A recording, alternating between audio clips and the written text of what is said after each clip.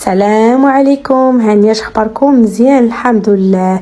البنات غادي نحضر معكم الوصفه ديال تساقط الشعر اللي كيطيح ليها الشعر.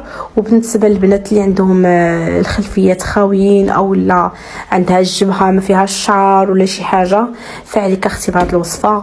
هذه الوصفه الهائله، الوصفه اللي اول مره، يعني ماشي غادي نقول لكم اول مره، غادي نقول لكم يعني من الاستنتاج ديالي اللي يعني جربتها درتها في داري وصدقات معايا. والله البنات الى هاد الوصفه كنت كنديرها ملي كنت في المغرب، وماشي زعما شي واحد قالها لي ولا نط عرفت. يعني هادشي فيه المنافع للشعر، يعني راه قرينا عليه الحمد لله.